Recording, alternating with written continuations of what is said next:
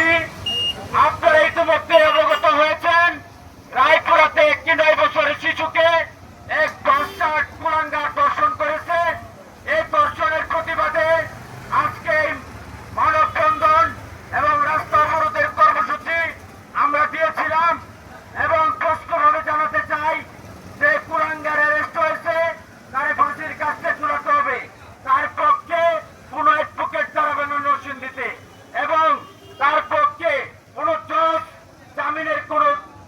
জামিনের কোন অর্ডার দেবে না। এটা একটা নন বেলেবল অফেন্স এবং কনফিডেন্ট অফেন্স। আপনারা জানেন আমলযোগ্য অপরাধ এবং জামিন অযোগ্য একটি অপরাধ। এই অপরাধের কোনো জামিন হয় না। তারে মৃত্যুর আগে যা খাওয়ার তারা খাওয়াই দেন, তার ফাঁসি দিতে হবে বাংলাদেশে। এবং এই ফাঁসি যদি কার্যকর করা না হয় তাহলে এটা রায়পুরা দ্বারা রেলপথ, সড়কপথ, পথ অবরোধ